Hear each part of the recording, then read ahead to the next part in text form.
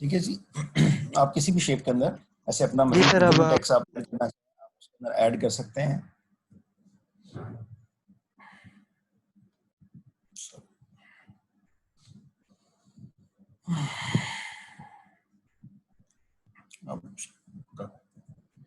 अच्छा, अब ये मैंने ऐड कर दी है। लेट्स से ये हमारे पास कोई भी एक वो है शेप्स आएंगे।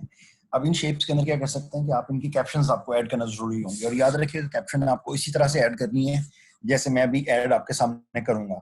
अगर इसके अलावा हम कोई भी तरीके से आप करेंगे तो वो आपके लिए प्रॉब्लम क्रिएट करेगी आगे जाके। अच्छा, अब होता क्या है कि आपका कोई भी एमफिल का थीसिस हो या पीएचडी का थीसिस हो या कोई भी थीसिस हो, अगर आपने वहां पे कोई इमेज डाला है, कोई आपने फिगर डाली है, तो आपको हर सूरत में उसकी कैप्शन लाजमी डालनी है, लाजमी डालनी है आपने। तो कैप्शन डालने का तरीका क्या होता है कि इस पर राइट क्लिक करें, ये आपके सामने एक बटन है इंसर्ट कैप्शन का, इस पे आप क्लिक कर लें। ठीक है, जब आप इंसर्ट कैप्शन पे क्लिक करते हैं तो वो वर्ड बाय डिफॉल्ट ये अंडरस्टैंड कर रहा है कि ये जिस चीज पे हम लिख रहे हैं ये एक फिगर है, तो उसने क्या किया है, उसको खुद ही जो लेबल है वो फिगर वाला सिलेक्ट की है। लेकिन अगर हम समझते हैं कि ये फिगर नहीं, ये टेबल था, तो हम यहाँ से क्लिक करके तो हम यहाँ पे टेबल का भी लिख सकते हैं, इक्वेशंस का भी कर सकते हैं, हम अपनी मर्जी से कस्टम लेबल भी उसको दे सकते हैं। जैसे ये मैंने हेलो के नाम से कस्टम लेबल बना के दिखाया है यहाँ पे स्टूडेंट्स को। तो हम फिर यहाँ पे क्या कर रहे हैं, हमें ये चूंकि फिगर है तो हमने फिगर का इसको लिखा, फिर उसने हमें बताया कि ये जो आपकी कैप्शन है ये आपने उसके ऊपर लिखनी है फिगर के, या आपने उसके नीचे लिखनी है, अबव और बिलो। अब हमें जो कि पता है कि जो कैप्शन जो होगी ना किसी भी फिगर की, हमेशा उस फिगर के नीचे आती है। सर ये हम लोगों ने पढ़ा था लास्ट टाइम, आपने पढ़ाया था ये कैप्शन। पढ़ा था? अभी तो मैं पूछ रहा था, मुझे सबने कहा नहीं पढ़ी हमने। अभी सर देखा है तो मेरे ज़हन में आ गया सर फौरी कि ये हमने किया है। ये हेलो जो है ना, ये भी जी आपने सर, हमें कराया था। नहीं, ये हेलो आपको मैंने उसमें तो नहीं करवाया पिछली क्लास के अंदर जब आप मेरे पास ये पढ़ रहे थे? ये सर ये पिछली क्लास में ये हुआ है कैप्शन वाला। यानी इस क्लास में एमफिल में, एमफिल में सर तो एमफिल नहीं? में किया है। जी सर, एमफिल में ही हुआ है। एमफिल में हुआ है तो फिर हम इसको बंद कर देते हैं, दैट्स इट। अच्छा जी, अब ये कैप्शन, चलो एक सेकंड, कैप्शन मिलने के बाद आपको ये पता है कि भी आपने उसको जो है ना टेबल ऑफ फिगर कैसे बनाना है?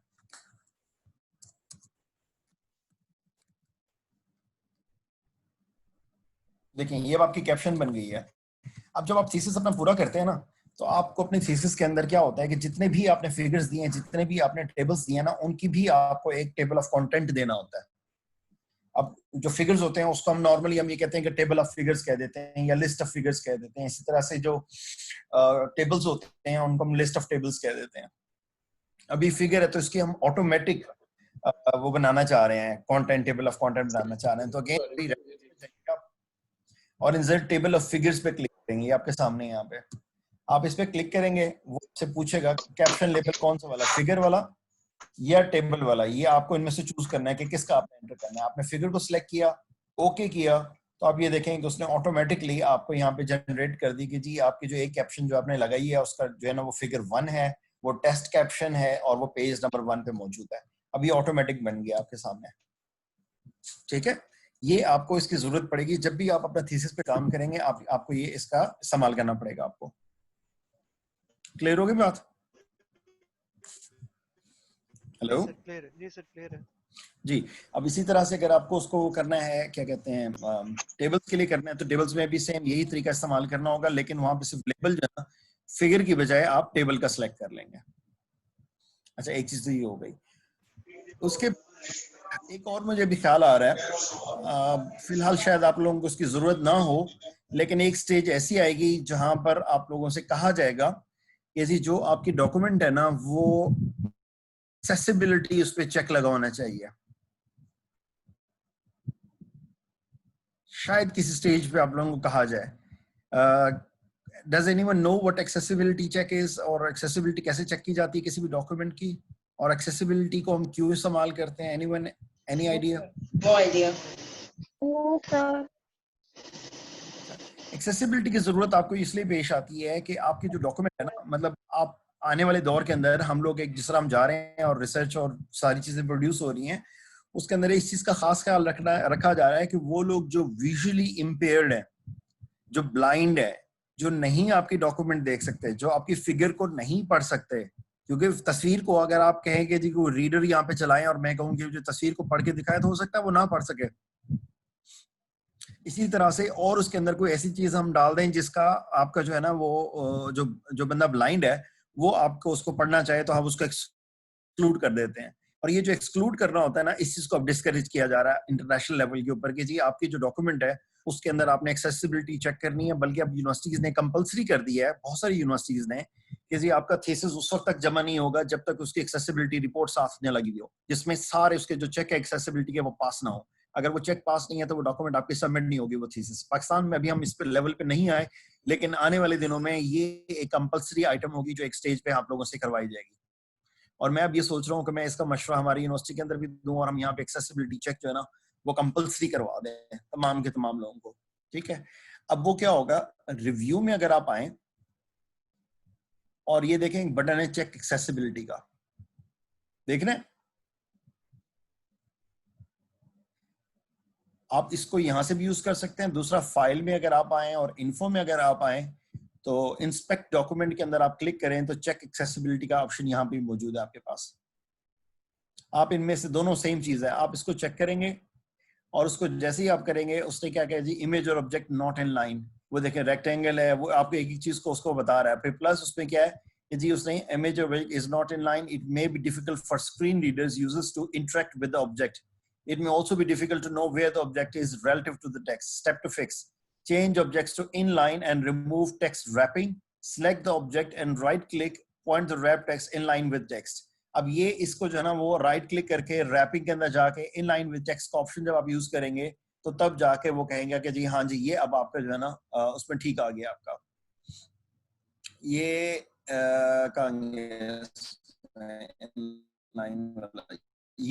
In with text. अब जब हम इनलाइन लिखेंगे तो फिर वो क्या होगा कि वो उसके अंदर उसमें उसको वो पास कर देगा। तो इस तरह से वो एक ही चीज को जो है ना आपको वो हर चीज का जहां जहां ये तो छोटी सी डॉक्यूमेंट है इसमें उसने ज्यादा इश्यूज नहीं बताए हैं।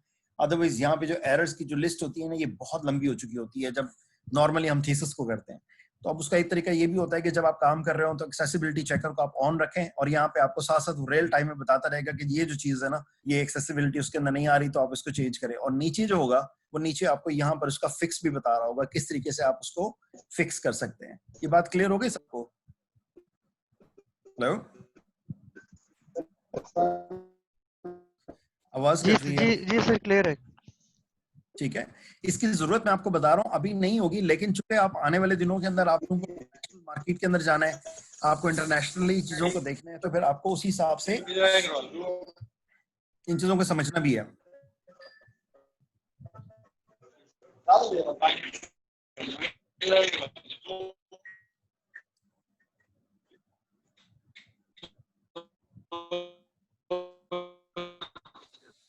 आवाज मेरे पास किसी की आ रही है लेकिन ब्रेक हो गया। I think Ahmad Nadeem Khan mute कर दूं। जवाद अहमद को म्यूट कीजिएगा।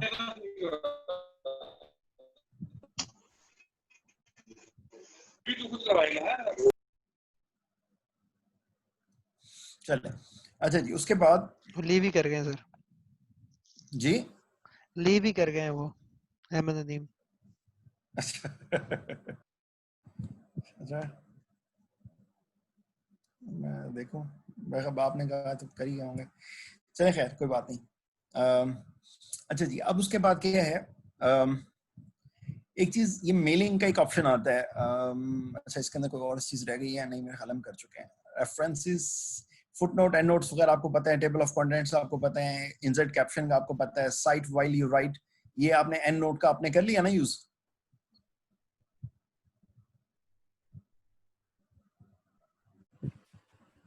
जी सर एंड नोट किया हमने। बस ठीक हो गया। टेबल ऑफ फिगर्स का कर लिया, इंडेक्सिंग और ये जो इंसर्ट टेबल ऑफ अथॉरिटीज, ये दो चीजें मैंने आपको नहीं करवाई हैं, ये बहुत अगले लेवल की चीजें हैं, आप लोगों को फौरन जरूरत नहीं है इनकी। मेलिंग्स मैं नॉर्मली नहीं करवाता होता, लेकिन इस बार मैं सोच रहा हूँ कि आप लोगों को थोड़ा सा करवा दूं, जस्ट क्विक। उसके अंदर ज्यादा चीजें नहीं, सिर्फ आपको एक चीज मैं आपको सिखाना चाहूँ, वो ये है कि इसको मैं खत्म करूँ, वो ये है कि आपने लेबल्स कैसे क्रिएट करने हैं। इनकेस अगर आपको लेबल्स का वो लेना अपने डॉक्यूमेंट में को क्रिएट करने हो, अब लेबल्स कौन से वाले, जो आपने मतलब आपने को लेटर तैयार करना है और आप चाहते हैं कि सारे लेटर्स के जो एनवेलप्स हैं उन पे आपने लेबल लगाने हैं, आप इस पे क्लिक करेंगे। जवाद मुझे आप होस्ट बनाइए।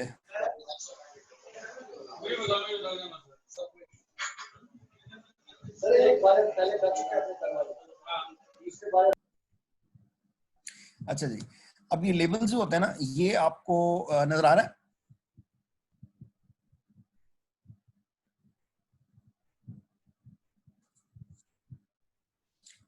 इसके अंदर आप क्या कर सकते हैं कि इसमें आप जी सर नजर आ रहा है। तैयार कर सकते हैं, आप रिटर्न एड्रेस के भी लेबल तैयार कर सकते हैं, आप दूसरे एड्रेस जहाँ जहाँ आपने भेजना है आप वो तैयार कर सकते हैं, मुख्तलिफ पेज साइजेस कर सकते हैं, सिंगल लेबल कर सकते हैं। लेट से हम यहाँ पे एक लेबल तैयार कर रहे हैं जी, department of media studies, Islamia university of Bahawalpur,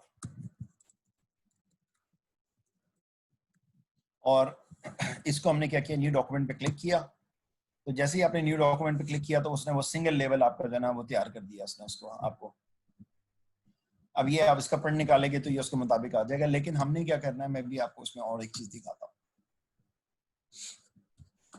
इसमें माइक्रोसॉफ्ट हाफ लेटर, ये एक तो लेटर का साइज भी हमने चेंज करना है, सॉरी ये जो हमारे पास आया हुआ है ये हाफ लेटर नहीं है, इसमें मैं लेट से पेज का साइज चेंज कर देता हूँ। और यहाँ पे हमें वो क्या कर रहा है, मुख्तलिफ ऑप्शंस दे रहा है, 30 पर पेज, 30 पर पेज, लेट से हम 30 पर पेज वाला ऑप्शन ले रहे हैं। इसको मैंने ओके कर दिया, और ओके करके तो मैंने इसको यहाँ पे अब मैं लिखना हूँ department of studies,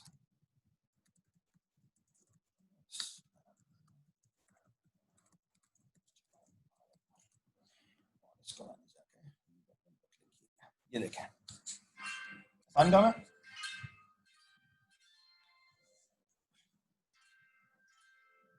hello ji sir. Ji sir. Labels की जरूरत पड़ती है ना आप लोगों को हमेशा, जो ऑफिस में आप लोग काम कर रहे होते हैं।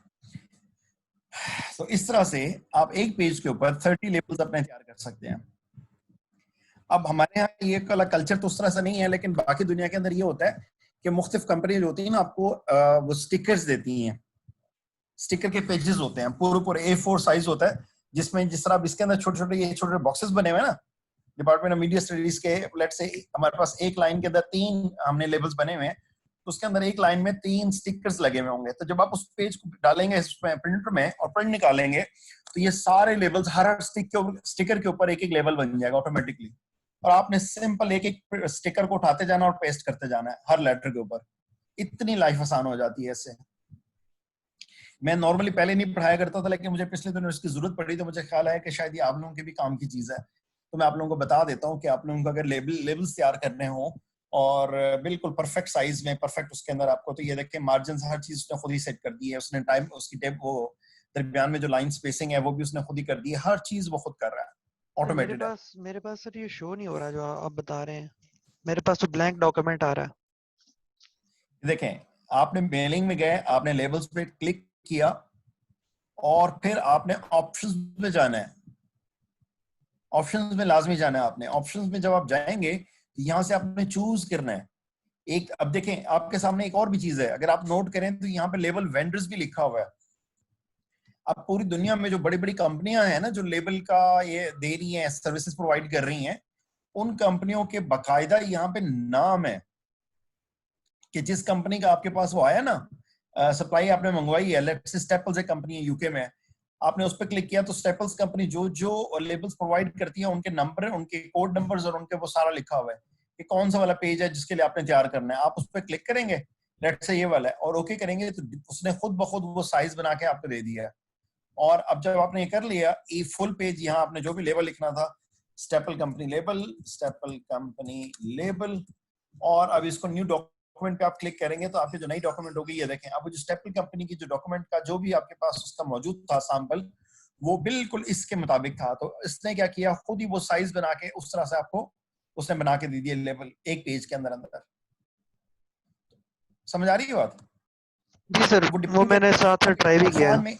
हाँ, आप लोगों के यहाँ पाकिस्तान में उस तरह से शायद जरूरत नहीं पड़ेगी कि आप इन सारी कंपनियों को इस्तेमाल करें। वेंडर्स में नॉर्मली ये होगा कि आप माइक्रोसॉफ्ट ही रखें, बाज़ वक़्त ये होता है कि आप मुख्तलिफ कंपनियों के ना क्या कहते हैं लेबल्स वो आपको डाउनलोड का ऑप्शन देती हैं, तो उनकी वेबसाइट से आप उनके टेम्पलेट डाउनलोड कर लेते हैं। अगर उनमें से आपने किसी का टेम्पलेट अगर डाउनलोड किया हुआ है, तो अब लेट्स से इसके अंदर एक वेरी के नाम से होती है, कहाँ गया,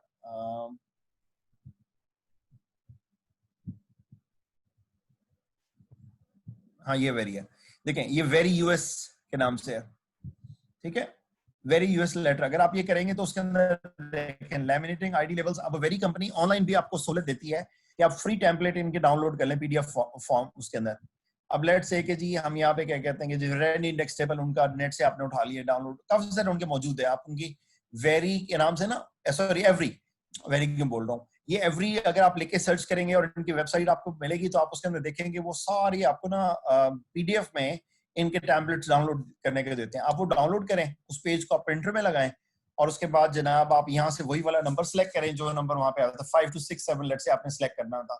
आपने 5 to 6 7 सेलेक्ट किया और यहाँ पे आपने एवरी यूएस लेटर जो भी यहाँ पे आपने लिखना था वो आपने लिखा और उसके बाद आपने यहाँ पे न्यू डॉक्यूमेंट पे क्लिक किया तो ये देखें कि ये आपके पास उस कंपनी का जो आपने टेम्पलेट डाउनलोड किया था उसी टेम्पलेट के ऊपर इसी तरह से वो सारे के सारे प्रिंट होके आएंगे और इस पे किसी भी तरह की ना कोई स्पेसिंग का इशू होगा, ना पेज के आगे पीछे होने का इशू होगा, ना कोई इसमें कटिंग होगी, कोई आपका टाइम जाया करने की जरूरत नहीं है। क्लियर? जी सर क्लियर। ये स्क्रीन शेयरिंग पॉज क्यों हुई है? मेरे पास आ रहा है मैसेज। हमारे पास तो स्क्रीन शेयर्ड है आपकी। नहीं, जो मैं भी आपको दिखा रहा था वो जो मैंने एवरी का बना के दिखाया वो आया आपके पास? जी सर वो आया।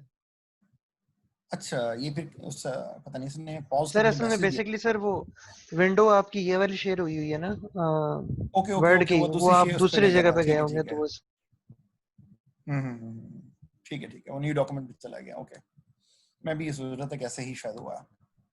चले खैर, अब बाकी चीजें आपको सिलेक्ट रेसिपिएंट्स वगैरह इनकी अब आपको फिलहाल जरूरत इसलिए नहीं है कि आप लोग यहाँ पे आउटलुक हमारे यहाँ पाकिस्तान में बहुत ही शायद कोई कम इदारे होंगे जो कि उसका इस्तेमाल करते होंगे। अगर वो हो तो फिर उसके साथ ये चीजें लिंक हो जाती हैं, आपकी मेलिंग आपकी सर हर हम चीज लोग कर रहे हैं यूज आउटलुक। हो जाती है।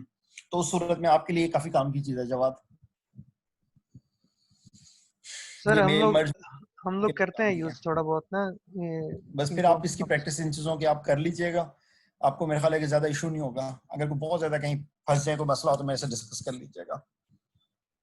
आई ठीक है विश कि सर। हमारे यहाँ के अंदर भी हम आउटलुक को इस्तेमाल करते हैं और माइक्रोसॉफ्ट के साथ वो कर लेते तो वो ज्यादा अच्छी चीज है। इन्होंने जीमेल गूगल के साथ किया होगा एग्रीमेंट, वो शायद एचईसी ने किया होगा। सर हमारा असल में पहले ऑफिस वो दूसरा था, अब ऑफिस 365 पे जब शिफ्ट हुए थे तो हमें ओरिएंटेशन वगैरह दी गई थी सारी, तो हमारे आईटी डिपार्टमेंट ने दी थी, तो वो हमें वो काफ़ी चीज़ें उन्होंने बताई थी उनको कैसे इस्तेमाल 365 में करना। हमें फायदा हो रहा है, लेकिन इन्होंने ना असल में दो अलग अलग, अगर ये माइक्रोसॉफ्ट के साथ रहते ना ऑफिस 365 भी इनको मिलता प्लस ये आउटलुक वगैरह ये सारी चीजें ये इस्तेमाल करते हैं। अब हमारे यूनिवर्सिटी का जो ईमेल एड्रेस है वो जीमेल की डोमेन के ऊपर है। अब उसको अगर मैं ऑफिस 365 में लेके जाता हूँ तो वो बहुत ज्यादा रिस्ट्रिक्टेड एक्सेस है वहां पे, वो सारे फीचर्स हमें नहीं मिलते उसके आउटलुक के जो जो हमें अगर ये हमारा ईमेल उस पे बना होता, जीमेल पे ना होता तो एक्सचेंज पे बन जाता है ये। एनीवेज कुछ नहीं हो सकता उसका। अच्छा जी, ये हो गया। उसके बाद आप लोग आगे कहाँ हैं? ट्रैक चेंजेस का आप लोगों को पता है? जी सर आपने बताया था। अभी फाइल पता नहीं कौन सी वाली शेयर हुई हुई है, चलिए मैं इसको बंद कर लूं।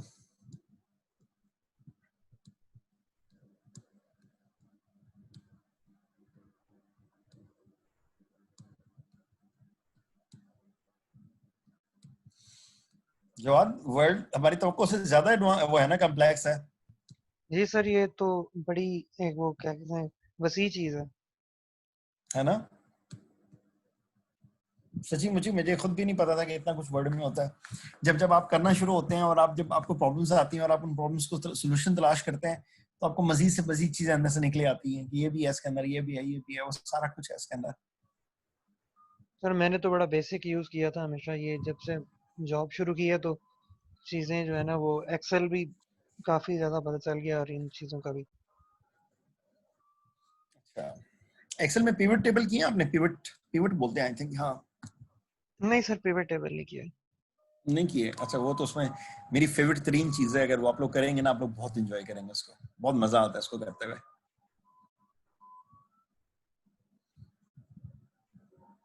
अच्छा जी, अब हमने ये बताया, हमने ट्रैक चेंजेस किया। जी सर, मैं ट्रैक चेंजेस किया हुआ है। ओके, उसके बाद कंपेयर भी कर लिया होगा कि? जी सर, कंपेयर भी कर लिया। ओके,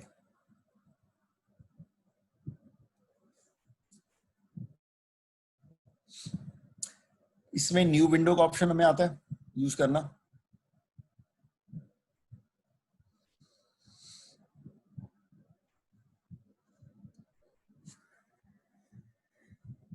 जी सर, ये नहीं किया। न्यू विंडो क्या करता है कि जिस फाइल पे आप काम कर रहे होते हैं ना, उसकी एक और विंडो आपको खोल के दे देता है। उसका फायदा ये हो जाता है कि आप एक ही फाइल के दो अलग अलग सेक्शंस को आमने सामने रख के आप देख सकते हैं कि वहां आपने क्या लिखा है, यहाँ क्या लिखा है। लेट्स से आपकी एक डॉक्यूमेंट है जिसमें 150 सफ़ा है, आपको उसमें 15 नंबर सफ़े के ऊपर आपने कुछ लिखा है जिसका लीक बन रहा है कहीं आपके सफ़ा नंबर लेट्स से 99 के ऊपर। तो अब बार बार आप 15 नंबर पेज पे जाएं, वहां से टेक्स्ट को देखें, फिर 99 पे लिखें, फिर बार बार आगे पीछे जाते रहे। तो उसका दूसरा तरीका ये होता है कि आप उसी फाइल की न्यू विंडो ओपन करें, एक विंडो को पेज नंबर रखें और साथ में दोनों को यहाँ पे व्यू साइड बाय साइड का या कम उसमें कर लें। कहाँ गया इसमें व्यू साइड बाय साइड का option? One page new window arrange all, sorry, हाँ, ये दो आपके पास खुलेंगे ना, तो ये आपके सामने व्यू साइड बाय साइड आया हुआ है। अभी चूंकि विंडो एक ओपन है इसलिए ऑप्शन हाईलाइटेड नहीं है। इस पे आप क्लिक करेंगे तो दोनों के दोनों आपके सामने विंडोज आ जाएंगी। लेट्स से मैं यहाँ पे कर देता हूँ उसको एक विंडो इसकी और ओपन करता हूँ। यानी विंडो ओपन की और व्यू में गए और अब आप देखें व्यू साइड बाय साइड अब आपके पास आ गया। आप इस पे क्लिक करें तो जो दोनों डॉक्यूमेंट्स हमारी खुली हुई थी वो दोनों की दोनों आपके सामने साइड बाय साइड आपको नजर आ रही हैं या एक ही नजर आ रही है? सर, ये मैंने अभी अपने पास किया सर। इसका एक और बड़ा बेनिफिट ये है कि वो जब स्क्रॉल करते हैं तो दोनों तरफ से स्क्रॉल होता है। हाँ, लेकिन वो आप उसको ऑन ऑफ भी कर सकते हैं। वो आपको एक तो ये दे रहा है कि दोनों तरफ स्क्रॉल के आप उसको कंपेयर कर सकते हैं, प्लस इसके अंदर ये भी होता है कि बाजू का आपको नहीं भी करना होता। तो फिर आप क्या करते हैं, ये मैंने विंडो पे क्लिक किया और ये सिंक्रोनस स्क्रॉलिंग है, इसको ऑफ कर दें, इसको अनचेक कर दें। इसको जैसे ही ऑफ करेंगे तब एक फाइल आपकी आप दूसरी अलग सिंक्रोनाइज होगी, दूसरी और दोनों अलग अलग होंगी। अब इनकी सिंक्रोनस स्क्रॉलिंग नहीं होगी। तो ये दो चीजें आप लोगों के लिए काम की हो सकती हैं। अगर आप लोग कल को कोई ऐसी दो डॉक्यूमेंट्स हो जिसको आपने साथ साथ रख के कंपेयर कर रहे हैं तो आप यूं कंपेयर कर सकते हैं। गुड, आगे चलें।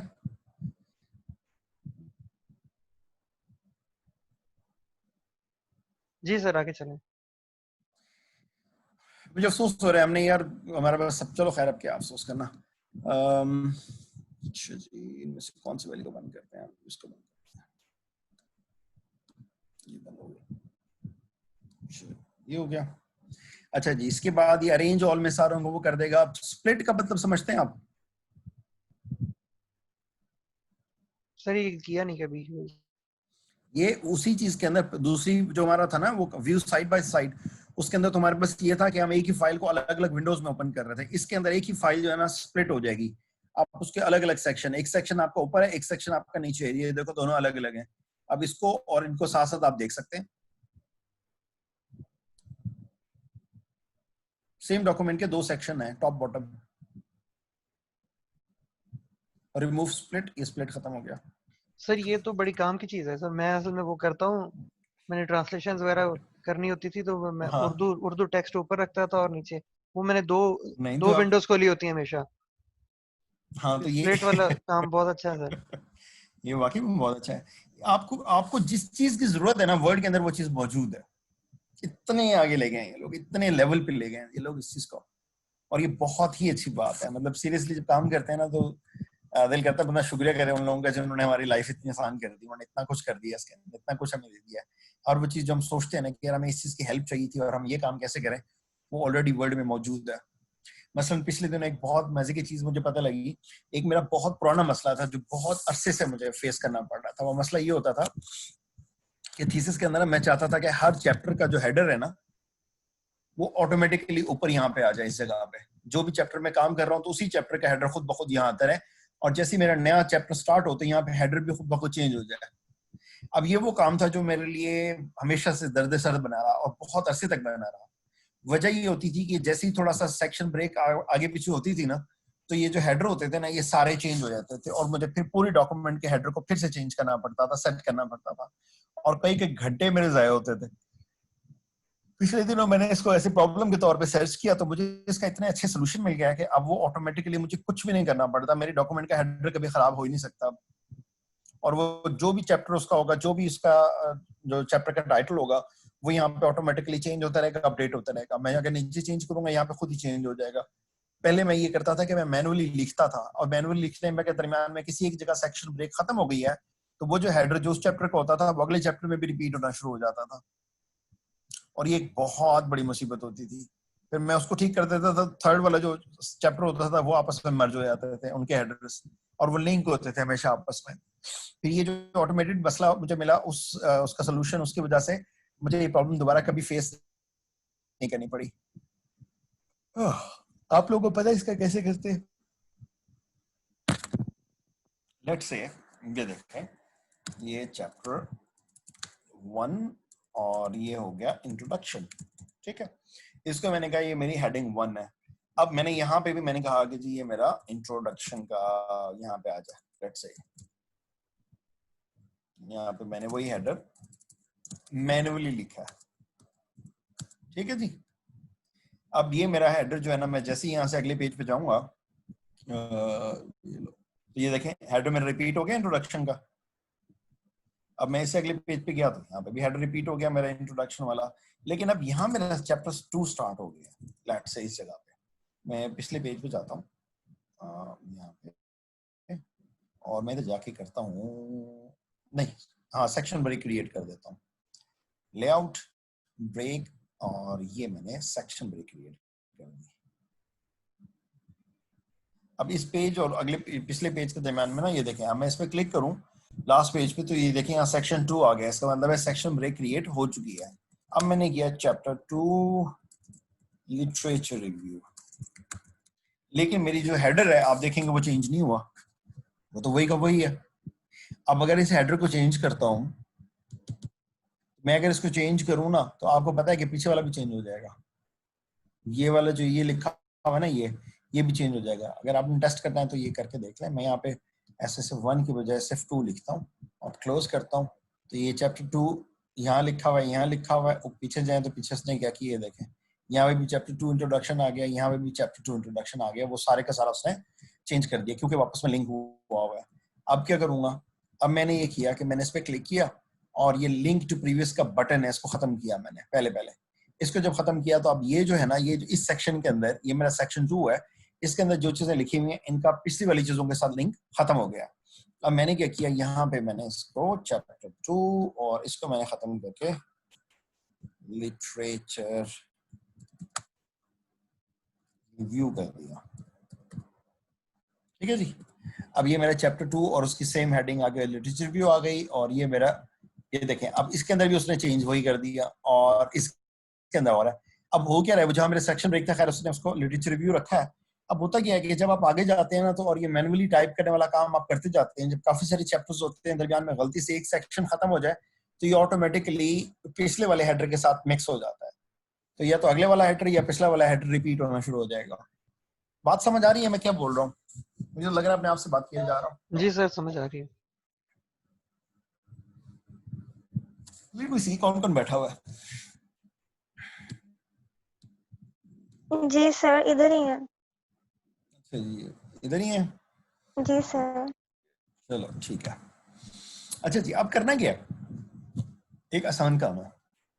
आसान काम ये है, मैं चैप्टर 1 में आया, यहाँ क्लिक किया और इसको मैंने किया डिलीट, और उसके बाद ये डॉक्यूमेंट इन्फो के अंदर यहाँ पे फील्ड का बटन था, ठीक है, इस पे क्लिक कर दिया मैंने। अब ये बात आपने नोट करनी है, ये वाली, ये याद रखने वाली बात है। इसमें स्टाइल रेफरेंस के नाम से एक होगा, ये सामने स्टाइल रेफरेंस नजर आया। इस पे जाके अब यहाँ पे आप क्या चाह रहे हैं, हेडर के अंदर जो हेडिंग 1 में जो भी तहरीर लिखी हुई हो वो आपका हेडर बन जाए। तो मैंने क्या किया कि यहाँ पर मैंने एक फील्ड इंसर्ट किया, और उस फील्ड के अंदर क्या लिखा जाएगा, उसमें मेरी हेडिंग 1 लिखी जाए हमेशा। तो मैंने इसको ओके कर दिया। अब आप देखें कि मैंने टाइप नहीं किया कुछ भी मैनुअली, वो उसने खुद ही वहां पे उसने टाइप कर दिया। अब मैंने इसको क्लोज किया, या इंट्रोडक्शन के बजाय मैं लिखा हिस्ट्री, तो आप देखें कि क्या आपका हेडर ऑटोमेटिकली चेंज हो रहा है। जी सर, चेंज हो रहा है। ठीक है, अब ये काम अगर मैं यहां करना चाहूं इसके अंदर, तो यहां चेंज होता है, यहाँ तो चेंज नहीं होता। तो इसका मतलब क्या, वो जैसे लिंक होगा तो ये ऑटोमेटिकली खराब होना शुरू हो जाएंगे। तो मैंने इसको भी क्या किया, इसको भी मैंने डिलीट किया, डॉक्यूमेंट में गया, फील्ड में गया, स्टाइल रेफरेंस में गया, और यहाँ पे मैंने कहा कि हेडिंग 1 जो है ना वो यहाँ पे देनी है, और ओके कर दिया।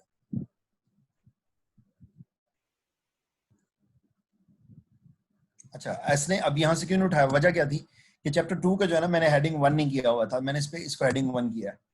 अब आप देखें उसने क्या किया, खुद ब खुद कर दिया उसने। एक सेकंड होल्ड कीजिएगा, बल्कि कॉल हमारी बंद होने वाली है, इसको बंद करके ना दोबारा कनेक्ट हो, ये हाँ बंद करके दोबारा कनेक्ट हो रहा है।